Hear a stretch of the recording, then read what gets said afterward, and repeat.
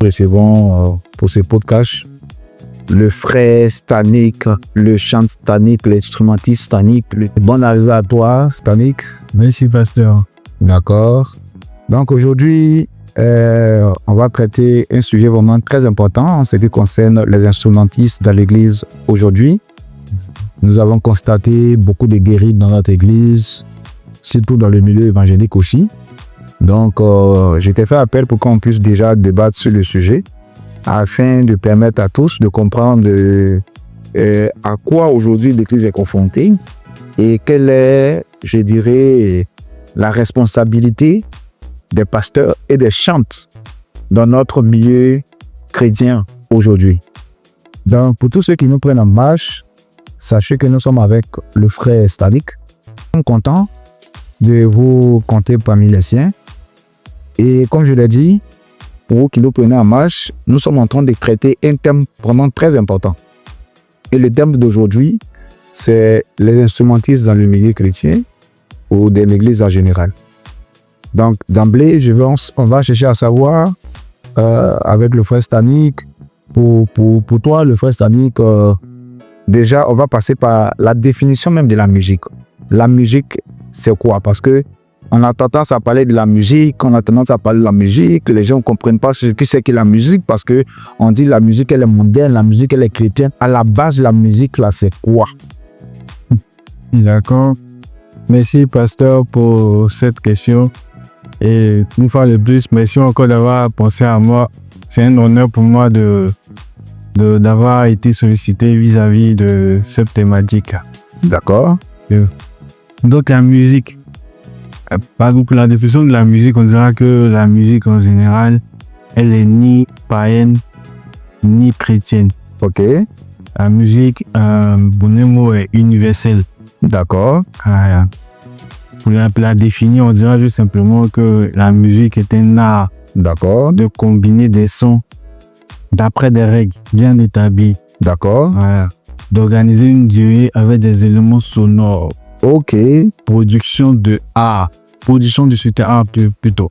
D'accord. Donc, si on comprend, c'est une définition tirée d'un dictionnaire que l'on donné. Mais pour faire plus simple, on dira que la musique est un art de combiner des sons pour donner quelque chose d'agréable à l'oreille. Ok, super. Donc, si je veux comprendre, tout ce que nous entendons par-ci, par-là, c'est de la musique en général. Ouais, de la musique en général. Ok. Maintenant, d'où vient je dirais, la différence de la musique mondaine avec la musique chrétienne? Cette tendance, est-ce que à un moment donné, vous et moi, on doit parler aujourd'hui de la musique mondaine ou on doit parler de la musique chrétienne? Quelle est la différence des deux? Voilà, si vous connaissez, bien sûr. Ok. Je dirais pour ma part. Ok. Alors, pour ma part, parce que bon, cette thématique est plurielle. Donc, chacun a le droit de donner, pourra plutôt donner son avis. Super. Là-dessus. Mais pour ma part, je dirais que la musique chrétienne et la musique mondaine diffèrent selon l'esprit. Ok. Derrière chaque œuvre donnée, en fait. Ok, super. Je comprends un peu. Donc, cela dit que en fonction de... on donne les appels aux connotations en fonction de l'esprit qui accompagne l'œuvre que nous sommes en train de faire. Ah, ok. D'accord. Merci beaucoup. Donc, pour vous qui nous écoutez, bien sûr, comme il est en train de nous expliquer, il y a effectivement une différence entre la musique en général. On parlera d'une part de la musique mondaine qui est accompagnée d'un esprit qui n'est pas celui de Dieu. Donc, d'autre part, la musique chrétienne qui est accompagnée, bien sûr, de la présence et la puissance de Dieu. Ok, super. Ah, d'accord. Donc, mais aussi, moi, je veux poser une question qui trotte mon esprit, étant donné que je suis aussi pasteur. D'accord. J'ai fait une remarque dans l'église. On dit que, vous nous dites là, ou tu me dis là, que lorsque nous sommes en train de faire la musique, pour distinguer la musique, si elle est de Dieu ou pas, ça dépend de l'esprit et du message qui est derrière. Mais moi, ce qui m'intéresse là, c'est pas seulement que la question de la musique, mais c'est celui-même qui fait la musique. l'instrumentisme. L'instrumentisme lui-même. Parce que, avant qu'il y ait le problème de la musique, il y a le problème de celui qui fait la musique. C'est sûr. On a constaté que, de nos jours, il n'y a vraiment pas de différence entre un instrumentiste d'une église locale et puis un instrumentiste dans le monde. Quel est le problème en réalité? Je veux savoir, quel est le problème? Pourquoi est-ce qu'on nous dit, quand on regarde la vie d'un instrumentiste de l'église, la vie n'est pas vraiment différente de celui qui est un instrumentiste en bail? Moi, je veux savoir.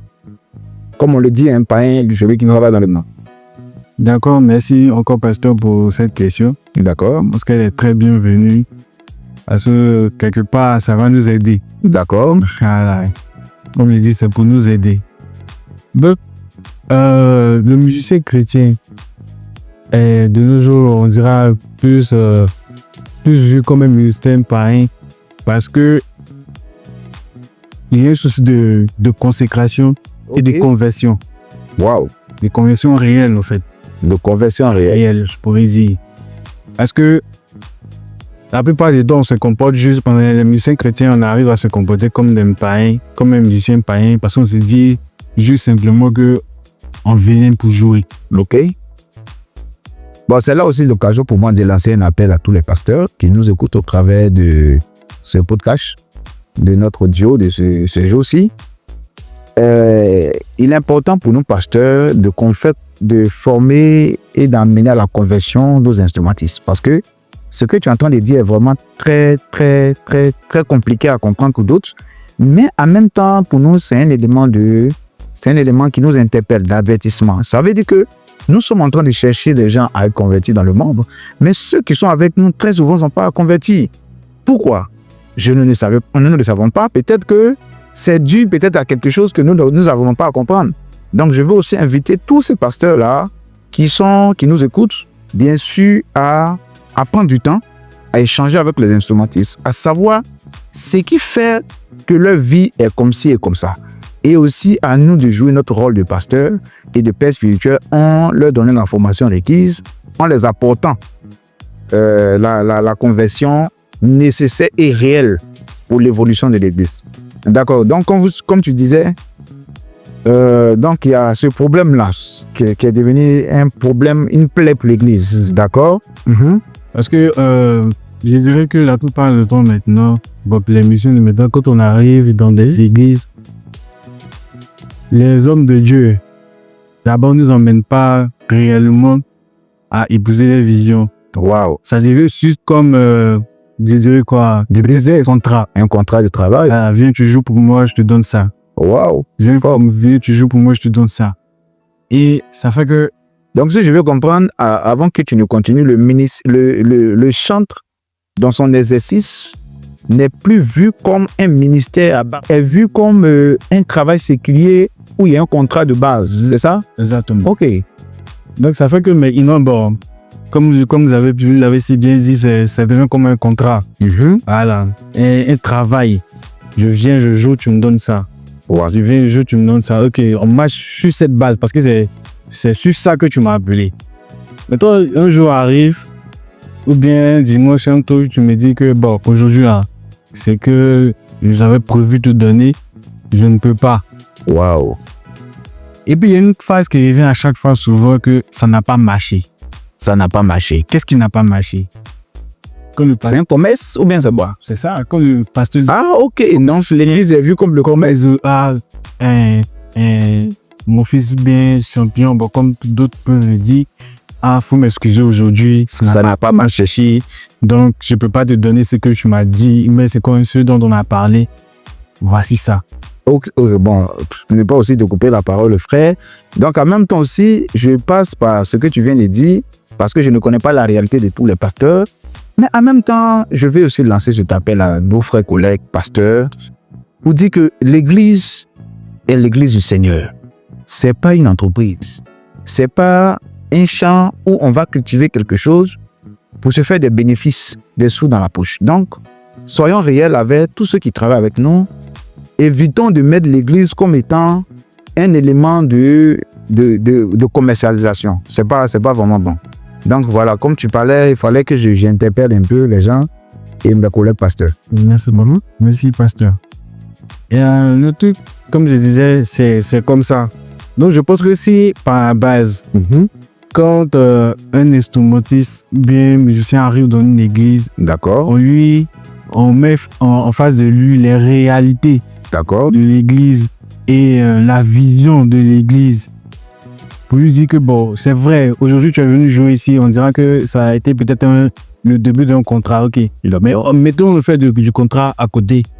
Et donc moi pasteur, je veux que toi tu restes dans mon église. Mais voici comment on doit marcher et voici comment ça sera possible. Je ne vais pas te promettre, j'ai dit quoi, le million, je ne vais pas te promettre ce que je ne peux pas te donner. D'accord. Mais réellement, voici ça. C'est parce qu'aujourd'hui, on était dans un besoin qu'on t'a appelé. D'accord. C'est pour ça qu'on t'a donné. Mais tout ce que je pourrais peut-être faire plus tard, quand tu viendras, c'est juste peut-être te donner. Ça ne sera pas une paye, mais ça sera juste peut-être une contribution pour j'ai dit quoi, pour que tu rentres à la maison. Mais peut-être juste un transport, juste un truc. Le gars en question, quand tu rentres à la maison, il a tout le temps de réfléchir. Ou bien même sur le sol, s'il épouse vraiment votre manière de faire, le tout et tout, la vision, mais s'il voit qu'il peut vraiment s'investir, c'est voilà, ok. Là, non, même il y a des jours, même peut-être que tu vas vouloir lui donner de l'argent, il va te dire non, ah papa, c'est bon, on est en religion, c'est l'église et tout et tout. D'accord. Bon, c'est le lieu aussi de rappeler que l'église aujourd'hui doit se faire à la manière du Seigneur. Parce qu'il y a trop de problèmes qui minent l'église. Et aussi, l'émission, je vais étendre le but pour lequel nous sommes en train de faire l'émission. L'émission n'est pas venue stigmatiser ou indexer une église ou indexer un pasteur. Je veux que vous le preniez sur un angle vraiment plus compréhensif et que chacun de nous puissions faire montre d'analyse pour nous permettre à l'église de pouvoir aller de l'avant. Donc, nous essayons d'apporter notre pied à l'édifice en traitant ces sujets quand même qui minent l'église parce que nous devons avoir le courage d'en parler. Donc, comme nous le disions, nous sommes en train de véritablement parler des instrumentistes dans l'église de nos jours. Donc, c'est vraiment important de traiter ces sujets-là. Mais ce qui là m'amène à poser une question. Est-ce que vous voyez, en tant qu'instrumentiste, puisque vous êtes instrumentiste de base, est-ce que vous voyez je dirais, ce côté de l'instrumentisme où je dirais le fait de servir Dieu à l'église comme un travail ou un appel? Parce que là, moi, je ne comprends pas quand on vient, par exemple, un instrumentiste vient, il y a des clauses de contrat avec un homme de Dieu. Je me dis tout de suite qu'on n'est pas en train de servir Dieu. On est en train de travailler quelque part, on est en train de donner, on donne le meilleur de nous pour le travail qu'on nous a appelé. Mais nous, servir Dieu, c'est quelque chose d'autre en fait. Donc, je veux savoir, est-ce que vraiment être instrumentiste, c'est un appel ou c'est un travail séculier? Moi, je veux comprendre. Même si vous n'avez pas peut-être toutes les réponses, mais je pense que dans les commentaires, les instrumentistes viendront répondre et vont nous dire tout ce qu'ils ont à nous dire. D'accord, pasteur. Je dirais que peut-être sur certains points, je n'ai pas vraiment d'informations, donc je n'ai pas trop une connaissance là-dessus, mais concernant le fait de savoir si c'est un travail, ou c'est un appel, je dirais que ça dépend de la conversion, comme je le disais au départ. Okay. La conversion de chacun. D'accord. La consécration de chacun. D'accord. Si par le départ... Ben pour vous voyez ça quoi? À votre niveau, à votre avis? Bon, à mon avis, je pense que c'est un appel ou c'est un appel. Parce que même dans le temps, je citerai peut-être, ça c'est pas forcément biblique, mais je citerai un musicien dans le temps classique, Jean-Sébastien Bach. Ok. Pour des musiciens, ils sauront qui c'est.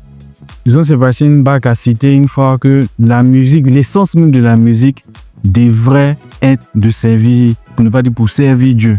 Waouh, c'est fort, hein? Malgré qu'il était, c'est Jean-Sébastien Bach, je pense que c'est depuis le temps contemporain. Ouais, ça. Un musicien classique. Ok. Mais qui sait que la base, pour ne pas dire l'essence même de la musique, c'est de servir Dieu avec. Donc déjà, la base, le principe, même lorsque nous allons plus ou moins dans la manière dont Dieu lui-même, dans son organisation, faisait les choses, nous avons vu que Lucifer se comportait non pas comme un travail, mais comme un appel qu'il avait. Donc, en réalité, la base même déjà est que être appelé instrumentiste devait être un appel. Exactement. Mais au fil du temps, avec l'évolution des choses et la complexité que l'Église vit, aujourd'hui, on est obligé de dire que nous sommes instrumentistes, mais comme on travaille, d'autres disent je vis de ça, donc c'est un travail, d'autres disent moi c'est un appel, d'autres ne se situent pas bien dans ce contexte. Ok, il n'y a pas de souci. D'accord, quand tu parlais, je ne sais pas s'il y a quelque chose encore à dire ou on va aller au... Je veux dire que c'est ça, il faudrait qu'on se rende compte que on a reçu ce don-là, pas pour s'en servir, pour ne pas dire pas pour se servir de ça, pour avoir quelque chose au compte de nous, de domination et tout. Parce que quand on fait ça, je pense qu'on ne sert plus Dieu, mais on se sert de Dieu. Yes. Important de rappeler, quand on entend de faire ça, quand on arrive dans les églises, que la base est de contrat, sur de contrat, en réalité, on ne sert plus Dieu, mais on se sert de Dieu pour ses propres besoins personnels. Exactement. Mais je pense que là, même Paul a répondu à cela. Hein. Mais ce que nous devons comprendre, c'est pareil avec le ministère. Parce que l'apôtre Paul dit que celui qui est appelé au ministère s'attache au ministère. Donc en réalité, que celui qui est appelé à annoncer l'évangile s'attache à l'évangile. Que celui qui est appelé à jouer aux instruments s'attache plus aux instruments. Et quelque chose tout de suite me revient à l'esprit, tiré je pense bien du livre de 1 Samuel. 1 Samuel 16, verset 6. Où je pense que c'était le roi Saül qui était tourmenté par des esprits. Donc on a appelé David avec le jouet. Mais là, c'était pas... Je me dis que si ce n'était pas un appel, qu'est-ce qui pouvait délivrer le roi? Exactement. Oui, parce que là, c'est ça. Donc, ça nous fait comprendre que la musique joue un rôle important au point où nous devons sacraliser la musique. Mais le problème est que nous-mêmes, nous avons désacralisé la musique. Donc, du coup, la musique n'a plus tous ses effets, toute sa portée qu'elle doit avoir, même dans l'église. Voilà. Même dans l'église, ça fait que maintenant même, quand il y avait un musicien dans le temps de l'un de mes amis qui disait que tu donnes petit l'argent, moi je fais petit. Tu donnes beaucoup, je joue beaucoup. J'espère que tous les hommes de Dieu qui veulent suivre entendent ça. Hein? Tu joues petit, on joue petit. Tu donnes petit, on joue petit. Tu donnes gros, on joue gros. Ah, vraiment, c'est compliqué. Quand même, m'avait rendu son témoignage qu'il avait disons, un contrat de chaque dimanche avec un pasteur. Ok. Donc, chaque dimanche, je dirais que le contrat était respecté. Ok. Sur un dimanche, il y a eu un souci. D'accord. Ils ont eu un petit approchage de tout. Ils se sont séparés. Le deuxième dimanche, il y a eu le même souci. Mais cette fois-ci, il n'a même pas eu l'argent. Il a dit qu'il n'y a pas de souci. Avant que le culte ne finisse, il a débranché le piano. Il a débranché sa pédale, mis son piano dans son sac et tout. Il est parti. L'église fait peur aujourd'hui, hein, frère. L'église fait peur parce qu'on fait ça. On l'a appelé, négocier avec lui, non, pardon et tout. Ils ont fait son dépôt et tout le dimanche qui a suivi. Je ne sais pas si on a conscience tous de ce qui est en train de se passer, mais j'ai juste l'impression que le véritable problème n'est pas forcément de tirer les fidèles dans nos églises, mais d'en faire vraiment des disciples. C'est ça. Parce que le problème, on n'a pas de disciples dans nos églises. Donc, du coup, l'église est devenue comme une organisation des hommes où on va pour faire des quêtes de cotisation d'argent et puis on se redistribue. Or, ce n'est pas de ça que Dieu nous a appelés. Dieu nous a appelés à le servir véritablement. Donc, ce sujet-là, que nous sommes en train de traiter, a pour but d'envoyer les gens à une vraie conversion. Maintenant, là, moi, ce que je vais poser tout de suite, quelle est la proposition que toi, tu nous fais en tant qu'instrumentiste? Nous sommes hommes de Dieu. Est-ce que... Parce que là, on voit le problème qui mine l'Église autant pour moi. Mais est-ce que... je pense qu'en termes de proposition, qu'est-ce que tu peux proposer tout de suite d'abord à un instrumentiste? Et qu'est-ce que tu peux proposer? Est-ce que je vais dire proposer à un homme de Dieu? Mais qu'est-ce que tu peux dire en ce qui concerne les hommes de Dieu? Ok. D'abord, comme les instrumentistes, je dirais que faudrait qu'on cherche une intimité, qu'on ait plutôt une intimité personnelle réelle au Dieu. Intimité personnelle avec Dieu, c'est important. C'est très important. Parce que le but, c'est vrai, on dirait qu'il faudrait être peut-être virtuose et tout, il faudrait être fort. Ok, il n'y a pas de souci. Mais tu es fort, tu es virtuose. Tu vas jouer, il n'y a aucun esprit derrière, il n'y a pas de...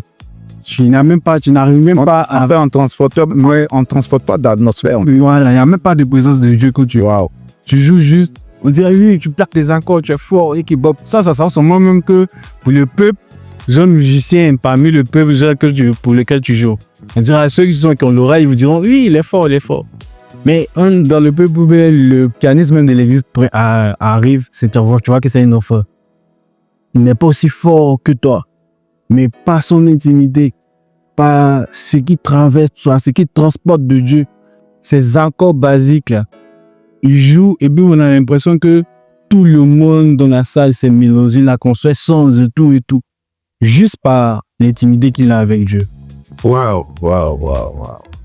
Donc c'est, avant que tu ne continues, c'est le temps aussi de rappeler que l'émission n'est pas faite dans le but de dénigrer une église, mais d'apporter des éléments additifs ou des éléments de réparation, de restauration de l'église aujourd'hui. Parce qu'il ne faudrait pas que ceux qui écoutent pensent que nous sommes en train de traiter l'église d'aujourd'hui de tout et de rien. Mais c'est parce que, en tant que pasteur, nous vivons des choses et en tant qu'instrumentiste, tu vis aussi des choses que je t'ai appelé pour qu'on puisse vraiment travailler sur la question de ce problème qui mine l'église. Donc voilà, donc comme tu le disais, d'accord. la proposition. Ça aussi, comme je disais, avoir une intimité avec Dieu n'écarte pas aussi le fait de connaître son instrument. Oui, c'est très important aussi. Voilà, ne dis pas juste que bon, comme je suis toujours en intimité, toujours en train de prier, tout, Dieu va me donner les accords, Dieu va me donner les techniques. Non. Important, c'est former. Tu te formes. Ok. Tu pries, tu te formes. C'est l'association des deux. Parce que Dieu aussi, dans la Bible, il dit que Dieu est un Dieu d'excellence. Ok. Il n'aime pas la médiocrité. Ok. Donc, il faudrait se former tant spirituellement et physiquement, si je peux le dire ainsi. Ok, donc c'est aussi le temps de vous dire pour tous ceux qui nous prennent en marche, qui nous écoutent jusque-là, de vous abonner et de partager le podcast afin que ça puisse toucher le maximum de personnes. Que Dieu vous bénisse. Donc oui, tu es en train de parler ou... Je dirais aux hommes de Dieu, on a qui nous sont peut-être qui ont des instrumentistes dans les églises et tout. Je préfère, préconiserais que vous les amenez à rencontrer Dieu, à connaître Dieu réellement. Ok. Parce que ce n'est pas tous ceux qui viennent. Tous ceux qui viennent jouer derrière vous, qui ont peut-être, je sais de quoi je parle, qui ont la vie de sainteté, la vie de quelqu'un qui est converti, la vie de quelqu'un qui... Il y a ce qu'on laisse paraître aussi quand on est en groupe. Oui. Faisons croire que non, je suis certain, je t'aime bien, je suis quelqu'un de bien, je prie, j'ai la vie qu'il faut et tout. Oh, c'est pas ça. Dès qu'on sort de là, nous, on sait ce qu'on s'en fait là-bas. Waouh. Ok. Il faudrait avoir une certaine rencontre de temps en temps avec vos instrumentistes. Essayez de les parler, essayez de voir dans leur vie ce qu'ils font, les appeler même de temps en temps. Il y a certains hommes de Dieu qui s'éliminent juste à l'église. Dès qu'on arrive de jouer, mon fils ça va, je finis de jouer, au revoir papa. C'est fini. Genre, aucun appel, aucun message. Mais ça revient aussi à ce que tu disais dès le départ. La base d'un contrat. Contractuel. C'est-à-dire quand la base est contractuelle, du coup, tout de suite là, c'est ce qui nous vient dans l'esprit. Le pasteur va dire non, le chant en question il est venu jouer, il va partir, est-ce que c'est mon fidèle, j'ai pas besoin de lui. Et c'est là qu'il y a le véritable problème. Mais je pense que c'est le comportement d'après là qui va ramener le gars à vouloir rester réellement en tant que fidèle de l'église, en tant que enfant. Donc là aussi, moi je vais intervenir un peu sur la responsabilité de nous les pasteurs à ce niveau. Il est important, chers hommes de Dieu, pour vous qui nous écoutez, on ne va pas dire qu'on doit être forcément raciste ou forcément dans, comment je vais le dire, je ne sais pas, mais il faudrait qu'en tant que serviteurs de Dieu, nous apprenions aujourd'hui à former et à apprendre, je dirais, à faire le ministère avec nos enfants dans la foi. Parce qu'aujourd'hui, on s'est rendu compte qu'on cherche des talents. Or, souvent, ces talents-là sont avec nous. Et souvent, sont des déchets. Donc, il est important pour nous, les hommes de Dieu, comme je le disais, d'envoyer nos propres enfants à la conversion. Nos enfants spirituels et de les former, de les envoyer faire des formations qu'il faut pour qu'ils soient excellents pour la gloire du Seigneur. Et je ne le dis pas parce qu'on ne veut pas leur donner de l'argent, mais pour qu'ils comprennent en réalité le véritable sens du ministère. Parce qu'aujourd'hui, il y a beaucoup d'aventuriers dans notre affaire. Que ce soit dans le milieu chrétien, des pasteurs, autant pour moi, que ce soit dans le milieu des instrumentistes. Des pasteurs qui viennent, qui ne voient pas le ministère comme un appel. C'est un travail, il vient, il prend son argent, il est parti. Et l'autre aussi vient, il prend son argent, il est parti. Et il reste pour compte. En fait, c'est ça le véritable problème aujourd'hui. Il faudrait que chacun comprenne qu'on a une grande part de responsabilité. Et tu as dit quelque chose d'important, le frère Stan. Tu m'as donné tout à l'heure le témoignage de ce frère qui partait à l'église. Et après quoi, quand il finissait le culte, il saluait le pasteur, il se laissait. Mais en fait, c'est là où je voulais travailler, c'est sur la question de la relation. Vous voyez, beaucoup d'instrumentistes ne sont pas dans la relation avec les bergers. Ici, le problème qui s'oppose, il y a un problème de paternalisme. Les enfants ne sont pas attachés. En fait, ce que nous devons comprendre, le berger donne des ordres à la brebis. Mais le père partage une relation avec le fils. Donc, quand l'instrumentiste n'est pas un fils, il ne comprend pas la vision du père. Et ça, c'est ce qui fatigue l'Église aujourd'hui. On veut remodifier des enfants des autres à nos enfants. Ils ne sont pas nos enfants. Donc, on ne peut pas venir dire que l'enfant d'un tel est mon enfant. L'enfant peut te servir pour un moment. Mais le besoin... Parce que quand on veut ou pas, à un moment donné, l'enfant va sentir le besoin d'aller chez son père. Donc, quand il va repartir chez son père, il y a un manque. Et c'est à nous de travailler à cela. Prenons nos fils dans la foi. Faisons confiance à nos enfants dans la foi. Ceux qui sentent le besoin de commencer à jouer. Et ça aussi, je vais m'adresser aux instrumentistes de l'église. Vous qui sentez un appel à jouer aux instruments de l'église, continuez. Faites les efforts. Apprenez dans l'église. Mais apprenez tout en mettant l'aider. Toi, on ne le fait pas d'abord pour l'argent, mais on le fait pour Dieu d'abord. L'argent va suivre. Moi, je crois que Dieu est fidèle. Je crois qu'en tant que pasteur responsable, si je dois marcher avec un instrumentiste, je me dois de penser à son avenir. Je me dois de penser que c'est quelqu'un qui a décidé de tout laisser pour suivre Dieu. Même quand Jésus a appelé Pierre, Pierre a rappelé à Jésus qu'on a tout laissé pour te suivre, hein? On gagne quoi? Ça veut dire qu'à un moment donné, Pierre a posé la question parce qu'il n'avait pas bien compris d'abord le ministère. Et Jésus a dit à Pierre, aucune personne ne pourra tout quitter pour monsieur et ne pas recevoir les choses encendibles. Donc c'est pour dire que nous-mêmes, quand on décide de servir Dieu, c'est parce que nous attendons à ce que Dieu multiplie nos greniers. C'est pareil aussi pour les instrumentistes. Dieu doit remplir leur grenier. Donc c'est un appel à tous les pasteurs, c'est un appel aussi aux instrumentistes. Si nous nous accordons à cela, l'Église sera plus dynamique et plus forte. Donc voilà ce que je voulais dire, le pré-stanique. Donc l'autre point que je voulais savoir, pourquoi est-ce que je fais cette remarque. Aujourd'hui, dans le milieu, précisément si on va le dire, dans le milieu francophone, dans le milieu anglophone, il y a carrément une différence. On a l'impression que les anglophones sont souvent devant nous, à tous les niveaux. Mais c'est dur à quoi? Parce que moi, je me dis c'est le même Dieu que nous servons. Jésus n'a pas changé. Jésus n'est pas le Dieu des Africains, le Dieu des Blancs, le Dieu des Africains, le Dieu de tous. Mais pourquoi est-ce que aujourd'hui on fait un constat vraiment, peut-être je dirais même au point alarmant, que l'église francophone n'arrive pas à submerger pendant que les églises anglophones arrivent à submerger?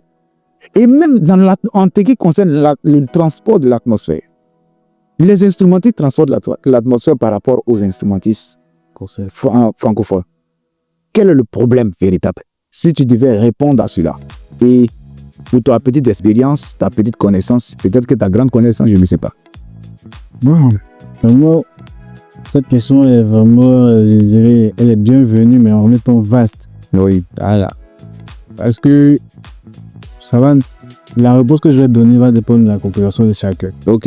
Voilà. Et puis de comment chacun va prendre ça. D'accord. Pour moi, je dirais que le niveau de consécration, comme je pourrais venir au départ, le niveau de... Je veux aussi rappeler que la prochaine section sera la consécration dans le milieu des instrumentistes. Comment se consacrer et comment transporter l'atmosphère par la consécration.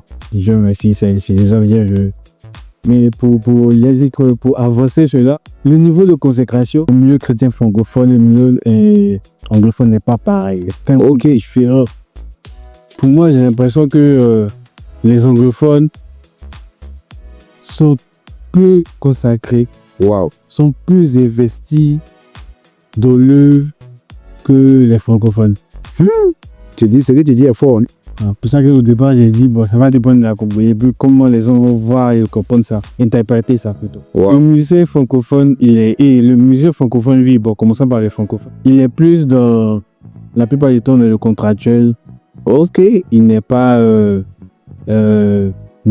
trop, en tout cas pour ma petite expérience, il n'est pas trop consacré. Il est plus joué par-ci, joué par-là, pour qu'on le connaisse, ils ont la notoriété. Et c'est, bon, quand on le voit, ça, c'est l'instrumentiste des temps, c'est l'instrumentiste des temps. Wow. La plupart du temps, c'est tout ce qui nous intéresse. J'ai pas vécu dans le milieu anglophone, mais pour ce que je vois, je me dis que ils sont pas dans ce genre de trucs, en fait. Et même s'ils sont, ils prennent en compte Voilà, la facette de la consécration dans son rôle d'aller. la consécration. Et plus, en plus de ça, la technique. Oui, la technique. La technique de les instruments. Wow. C'est important, hein, La technique, vraiment, c'est très important. C'est-à-dire, vous pouvez vous retrouver à deux. On connaît une équipe anglophone, une équipe francophone sur la même scène. C'est vrai, vous avez les francophones jouer le truc, ils vont dire, oui, c'est vrai, ils sont forts, ok.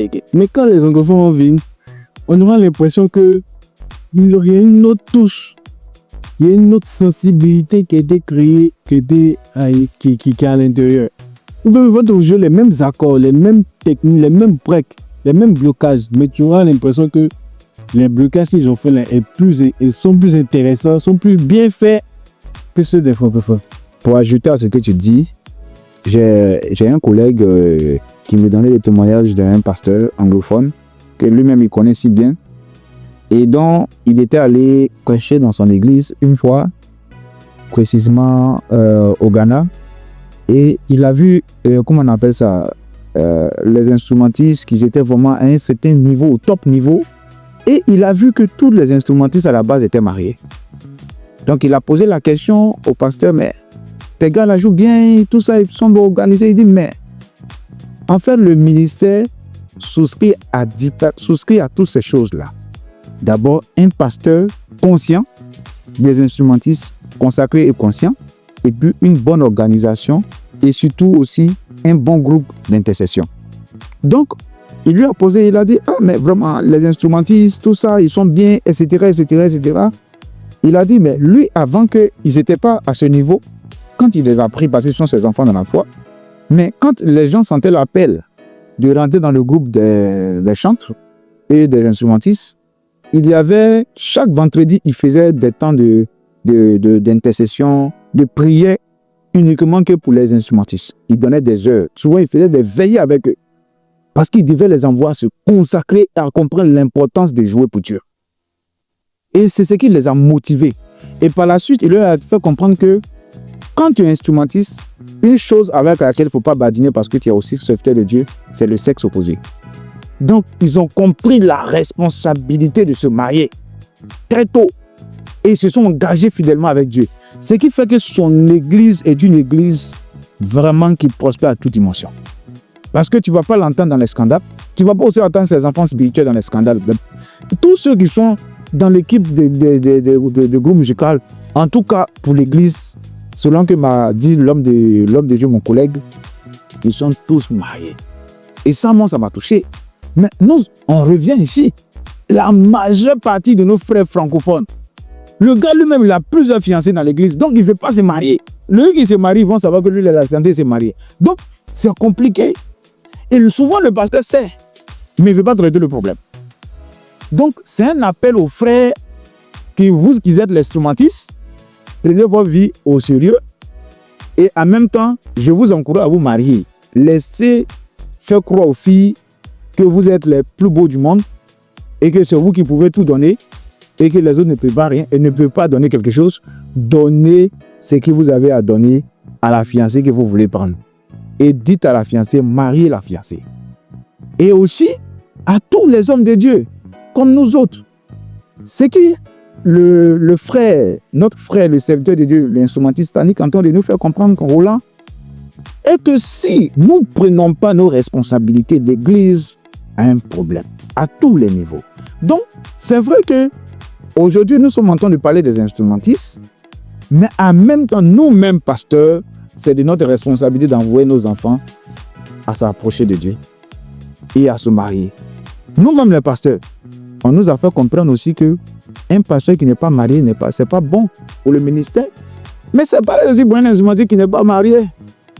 C'est ça le véritable point. Les scandales sexuels arrivent beaucoup dans nos églises à cause de toutes ces dérives-là. Donc, réglons ce problème pour que l'église soit propre et limpide. Vraiment, comme on ne peut pas tout dire, c'était la première partie de notre section. Donc, nous sommes à notre premier épisode. Et donc, je pense que tu vas dire ce que tu as dit pour la fin. Et puis, la suite, je pense qu'on va prier et recommander tous ceux qui nous écoutent, qui sont instrumentistes et pasteurs, afin que Dieu nous aide, nous, dans le milieu évangélique, et que Dieu permette que nous puissions arriver très loin avec Dieu. En fait, c'est le but, c'est de permettre à tous de se rapprocher du Seigneur. D'accord, merci pasteur.